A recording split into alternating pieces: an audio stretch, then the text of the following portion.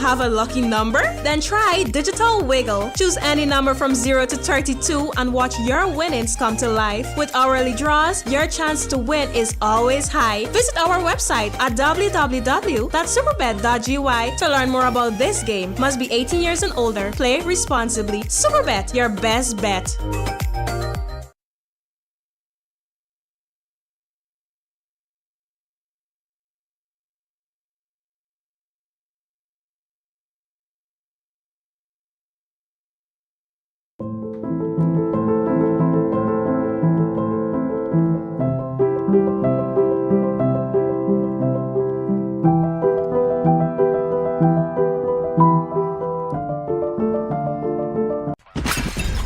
The third world is not poor. You don't go to poor countries to make money. There are very few poor countries in this world. Only the people are poor. When people didn't have enough to eat, when people were driven to the edge of desperation, there's billions to be made there, to be carved out and to be taken. The capitalist European and North American powers have carved out and taken the timber, the bauxite. They have taken out of these countries. These countries are not underdeveloped. They're overexploited. They're overexploited. They're overexploited.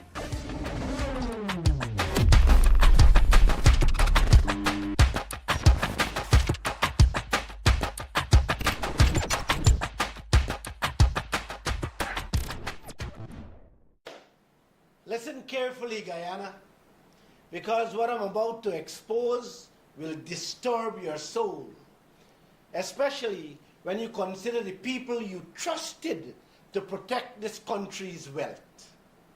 Look at that Kaieteur News headline. After watching for 6 long years how ExxonMobil con this nation and rob every Guyanese billions of US dollars, President Ali is now telling this nation that his government will seek export advice on the upcoming oil projects. Hear that? Export advice now. From the beginning of this oil, experts from around the world have been offering Guyana advice, urging our leaders to put proper systems in place to safeguard this country's oil wealth and protect the pockets of every Guyanese. Those warnings are on record. The advice is on record. And many of those experts are still around today. Unfortunately, both governments, the coalition and the PPP, ignored some of the most important advice given to them. One of the biggest recommendations was this: ring-fence each oil project starting with Liza 1. Both governments refused.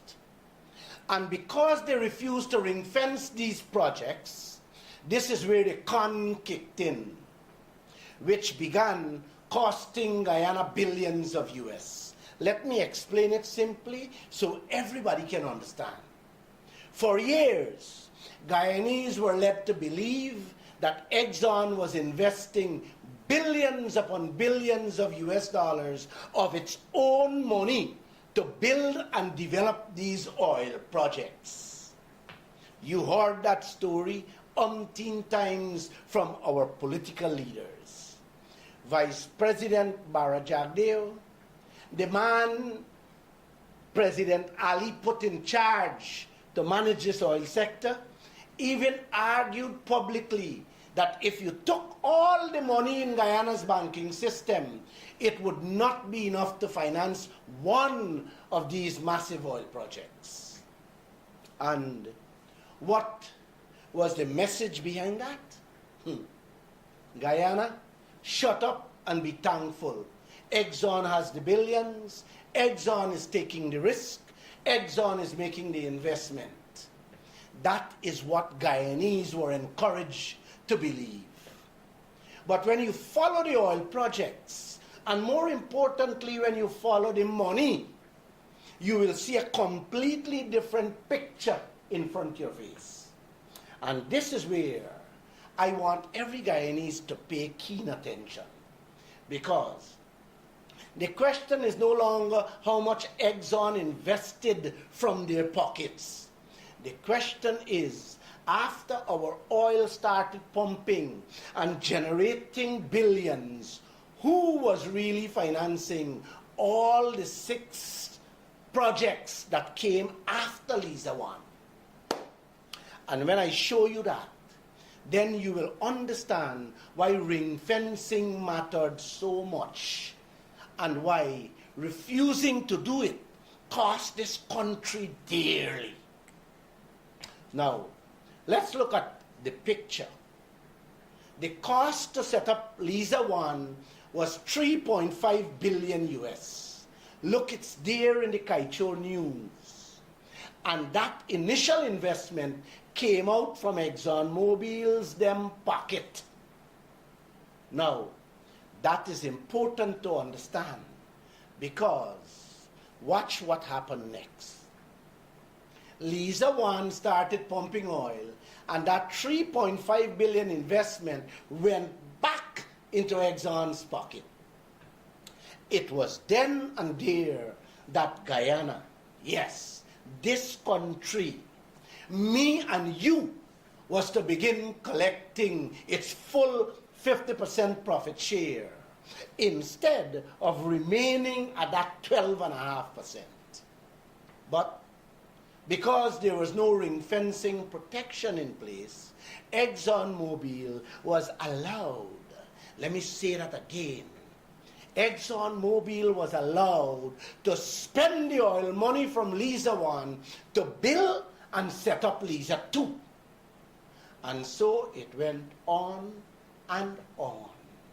Liza 1 and Liza 2 began paying for Liza 3, then 4, without Exxon having to take out 1 blind cent from their pockets. See the con? The trick? Exxon started with its investment of 3.5 billion. And as the oil began flowing, the oil itself became the cash machine financing projects after projects. That was the cycle. Today, those 4 projects, Liza 1, 2, 3, and 4, are producing oil. And again, because there was no ring fencing, those 4 projects also paid the cost for another 3 projects. Liza 5, Liza 6, and Liza 7, which are all parked up out there, waiting to start production. So when these gamesters, these sellouts we have in Guyana, were telling us that Exxon was investing billions of its own money into project after project, they were conning and deceiving all of us, every single Guyanese. Now that you understand the con, let me show you the billions of US Guyana paid for that game. When Liza 1 was laid on the table under the coalition government, the original price tag was 4.4 billion US. Kaieteur News and several experts raised serious questions about that cost. Bharat Jagdeo, who was opposition leader at the time, opened his mouth and challenged it. Watch what happened. That 4.4 billion came down to 3.5 billion US. See that? Nearly 1 billion US came off the original price tag Exxon handed us. Jagdeo himself later boasted about the role he played in getting that cost reduced. Don't take my word for it. Read his words for yourself. It's right there in the Kaieteur News of January 31st, 2020. Think about that. Almost $1 billion US knock off the original cost Exxon had us. Then came Liza 2 under the same coalition government. The cost jumped from 3.5 billion for Liza 1 to 6.6 billion US, nearly double. This time, not a word from Jagdeo or the Granger administration. So that 6.6 billion went, went in the books and was paid from the oil profits, just like that. Yeah. While them was busy borrowing to run the country, they weren't checking anything. Hope are you following carefully, because watch how these inflated invoices getting worse. The PPP came back into government and Jagdeo took full control of the oil sector. And instead of things getting better, watch how the bills getting bigger. The third project, Liza 3, landed on his lap at a whooping 9 billion. Yes, 9 billion US. Man, look at that climb. 3.5 billion, then 6.6 billion, now 9 billion US. US billions going up like if money growing on trees in Guyana. And despite exports raising serious questions and warning about these rising costs, where was the Jagdeo who opened his mouth over Liza 1? Now, he had the power. Where was the fight? Where was the demand for Exxon to explain that 9 billion US bill? Instead, the invoices kept climbing and our oil profits kept on paying. And then we wonder why ordinary Guyanese still waiting for a little piece of the oil wealth. See where it's going? Then Liza 4 showed up. Not 3 billion, not 6 billion, not even 9 billion, but 10 billion. Man, the billions ain't climbing the ladder anymore. They're using elevator. And what did we hear? Not a word. No worries, no sweat, no fight. Neither from Barra Jagdeo nor the opposition. Just throw the people a little cash grant, keep them cheering and smiling, while their own oil profits quietly carrying these multi-billion-dollar bills behind their backs. Man, it's like Guyana standing there like a cow in the pasture with a big sign hanging around her neck. Milk me. And Exxon going with a bucket, smiling. Then came Liza 5. And if you think that 10 billion was plenty, get a pressure tablet if you need one. Because that didn't come down. It jumped to 12.7 billion, almost 3 billion more than Liza 4. The elevator ain't even stopping at the floors anymore. It's heading straight to the roof. From 3.5 to 6.6 to 9 billion to US 10 billion, and now 12.7 billion. And again, no big fight. No pounding on the table. No screaming for Exxon on these huge jumps by the billions. Just another massive recovery bill that will be paid from our oil profits. Remember the cow in the pasture? with a milk sign on her neck? Well, with Lisa 5, one bucket wasn't enough anymore. Exxon bring the whole milk truck to Guyana, where the money going. And are you still smiling with these good for looking politicians? And if that wasn't enough to raise your pressure, people, then watch what happened next with Lisa 6. Guess what? Bam!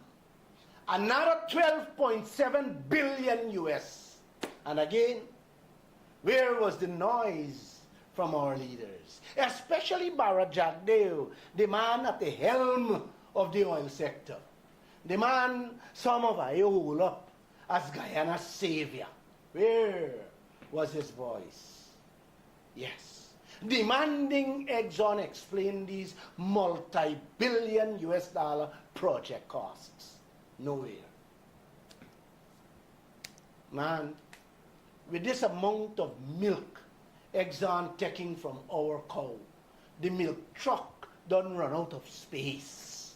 So they had to bring in a whole dairy farm or factory. Yes. And while the factory getting bigger, the milk flowing faster. The poor cow, the Guyanese people I'm talking about, still standing up, wondering when she gonna get something back from her own milk. And after that, yes, came Lisa, number 7. A smaller project, just like Lisa 1 that cost 3.5 billion. Yes. Exxon handed an invoice for 6.8 billion. No questions asked. And Guyana paid. Lisa 1 was 3.5 billion, pumping 150,000 barrels per day. But this one will pump the same amount daily, but Guyana paid double the price. Are you see what's going on with our oil and our leaders? 7 milking cow cost us 60 billion US. 4 of the milking cow, yes, milking. And 3 tie up in the pasture waiting to be milked. First they came with a bucket, then a milk truck, then a whole dairy factory. By Lisa 8, 9 and 10, the cow would look around and ask, Jagdeo, is who actually own me, Exxon or Guyana? This is the question every Guyanese should be asking these low-life politicians. Who is really benefiting most from this oil? The owners of it, me and you, or the people extracting it?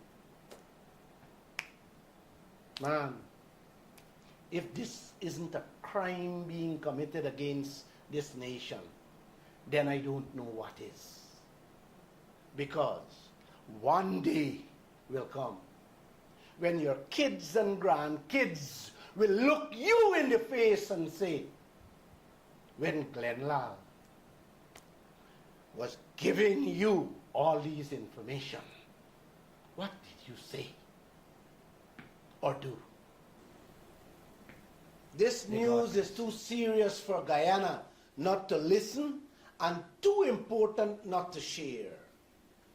3 weeks ago, Exxon announced to its shareholders that after 6 years of pumping Guyana's oil, they have recovered their 55 billion US dollars that was invested in this country.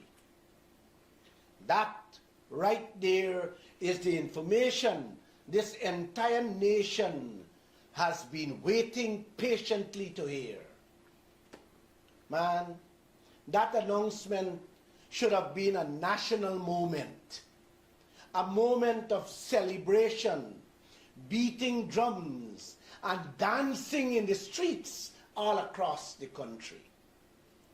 And a moment when the president and his government face the nation and explain clearly, people of Guyana, Exxon has recovered their investments, and here are the changes.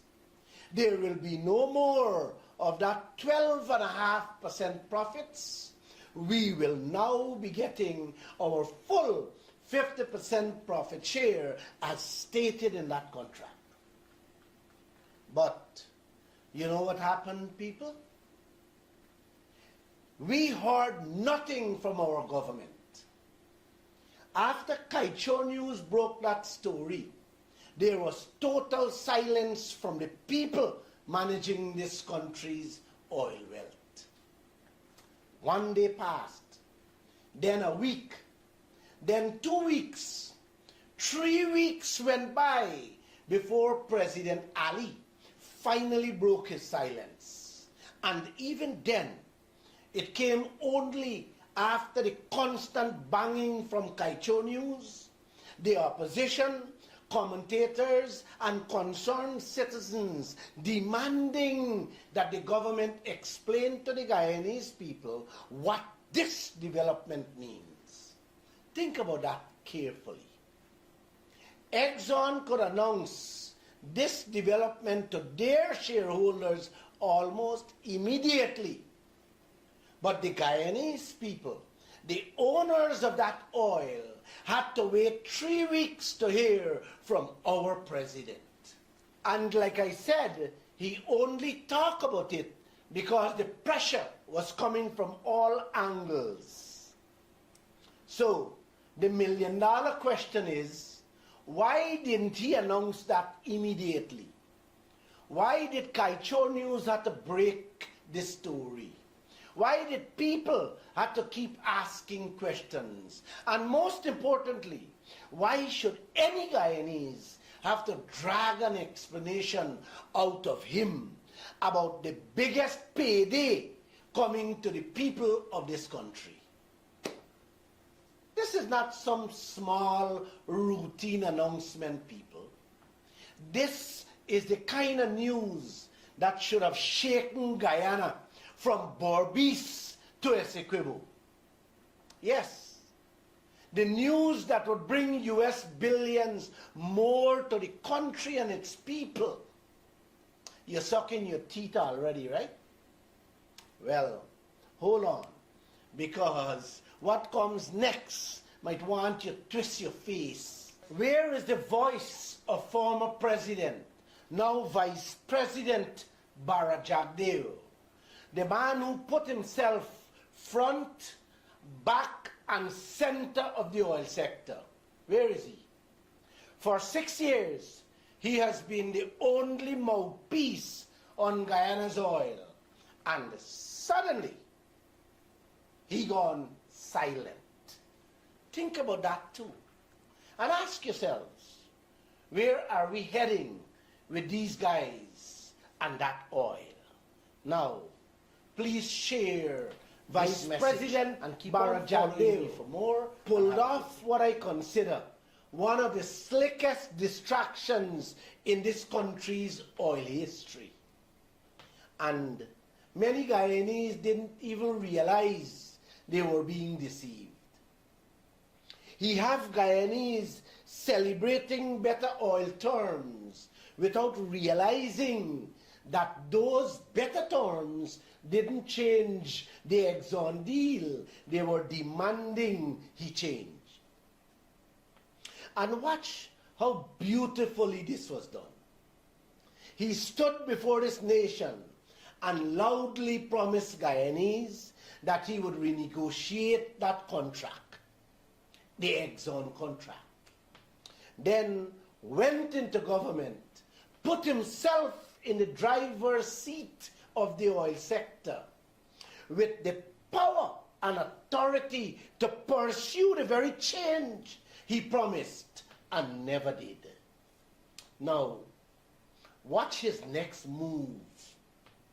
To get the media and the Guyanese people off his back, still pressing him about that Exxon promise, he suddenly came up with these beautiful new terms for oil contracts.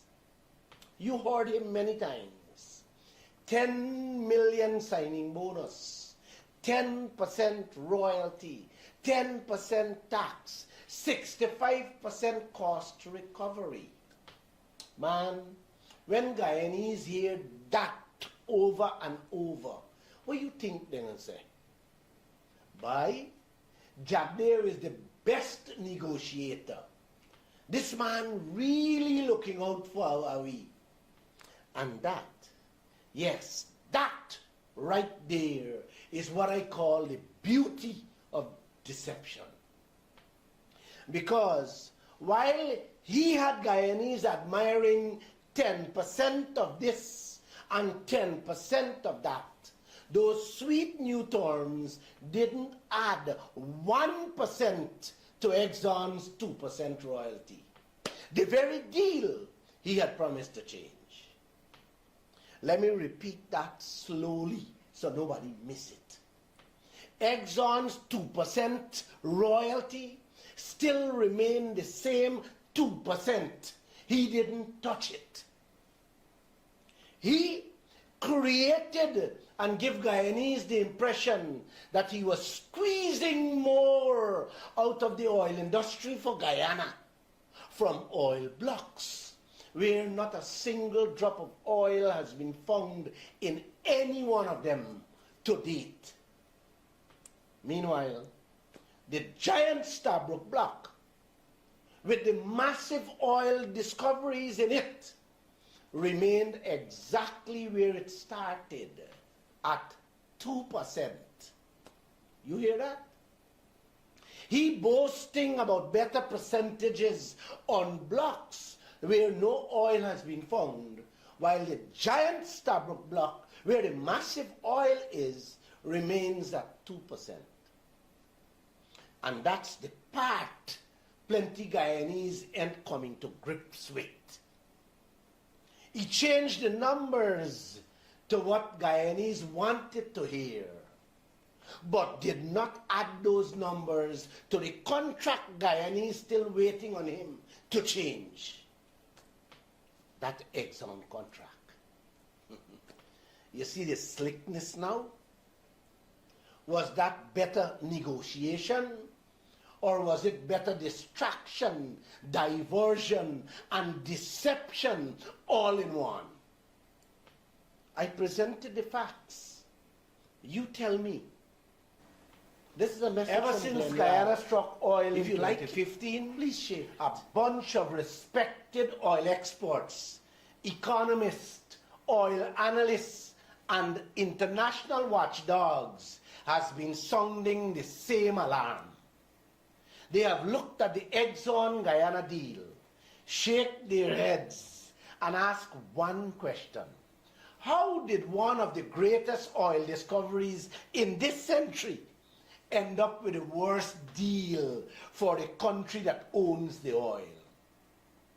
For more than 11 years, voices from around the world have argued that Guyana deserved a far better agreement.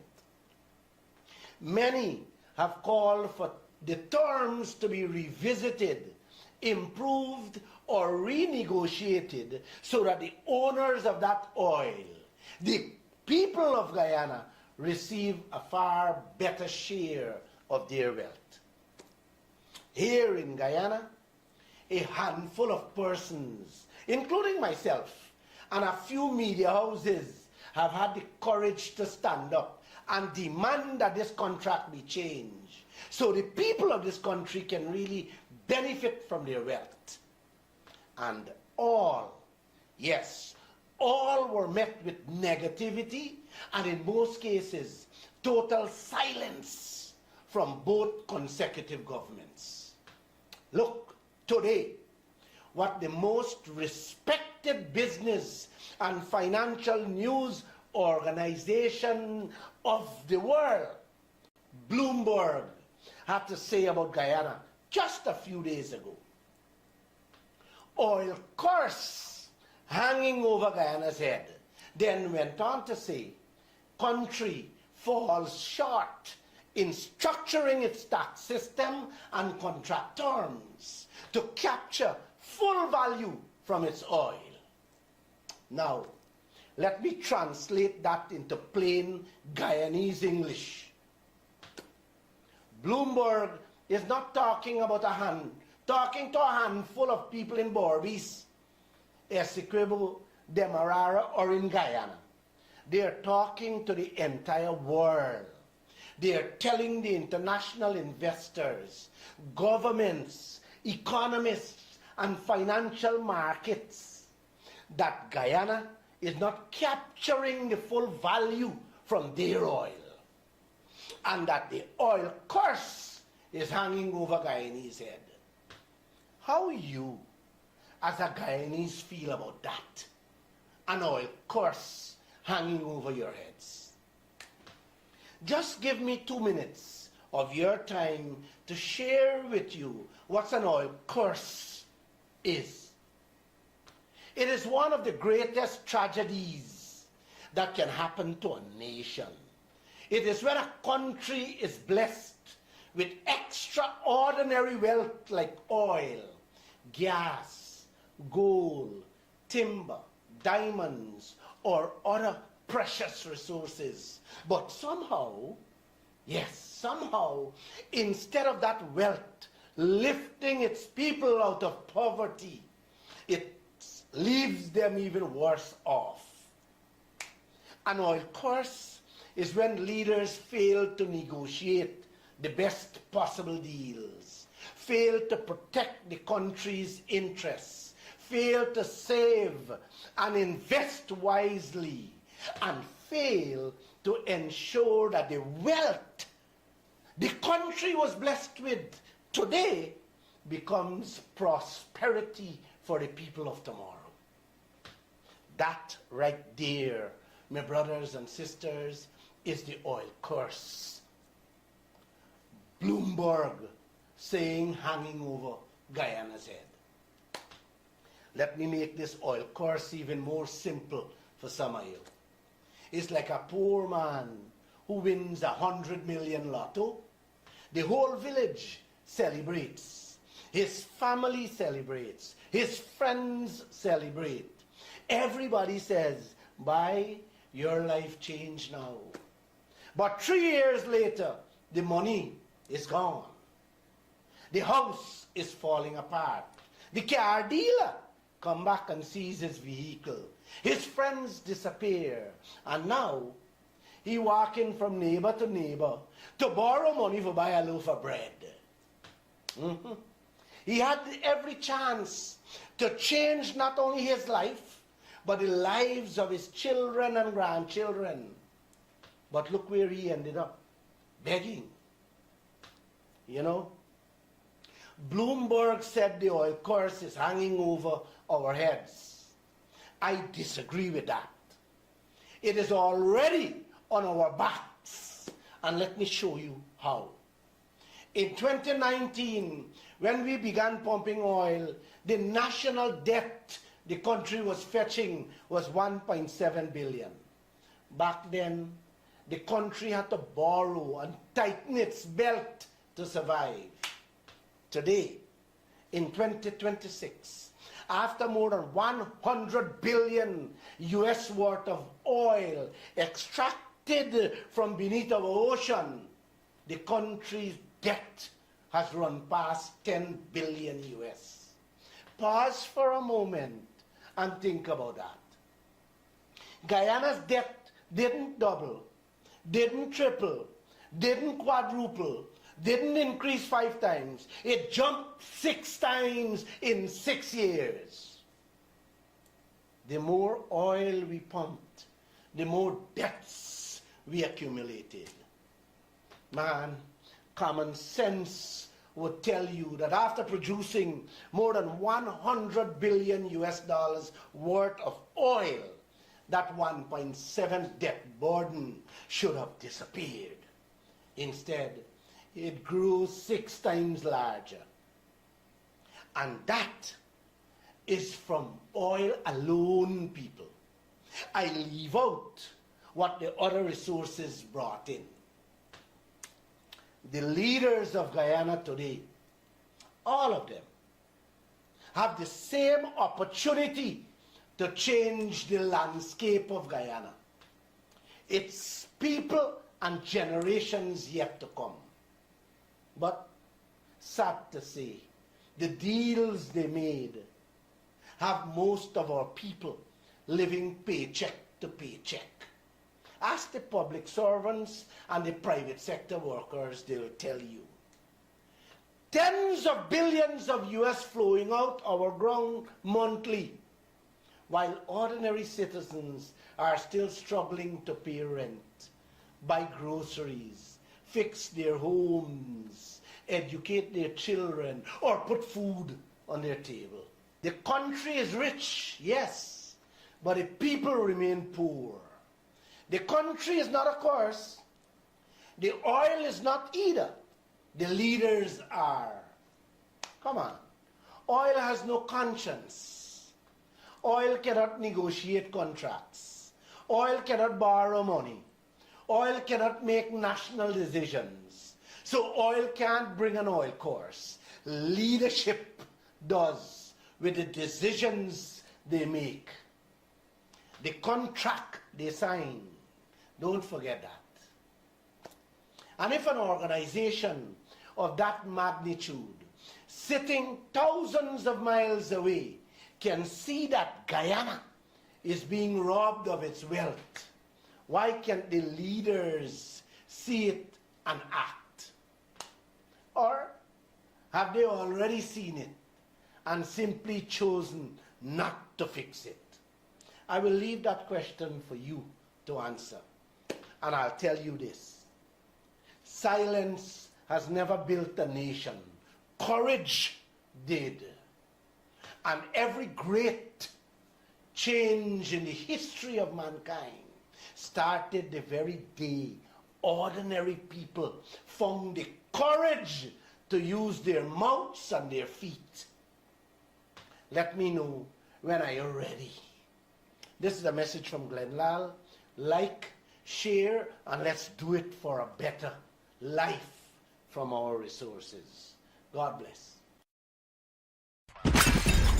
The third world is not poor. You don't go to poor countries to make money. There are very few poor countries in this world. Only the people are poor. When people didn't have enough to eat, when people were driven to the edge of desperation, there's billions to be made there, to be carved out and to be taken. The capitalist European and North American powers have carved out and taken the timber, the bauxite. They have taken out of these countries. These countries are not underdeveloped. They're overexploited. They're overexploited. They're overexploited.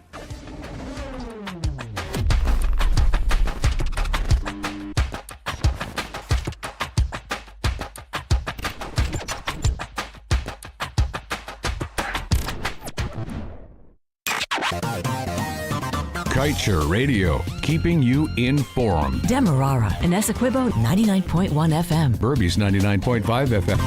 Kaieteur Radio. Kaieteur Radio. Covering Guyana from coast to coast. Demerara and Essequibo 99.1 FM. Berbice 99.5 FM. Kaieteur Radio.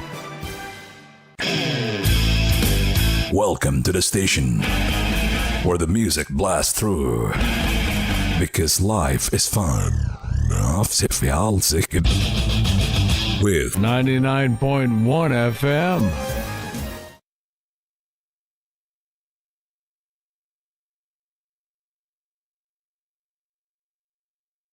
Tree that might have mangoes.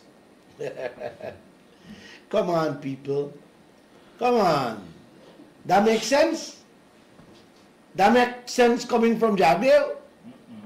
Now, let me test all his boasting against the reality of today. He has awarded many of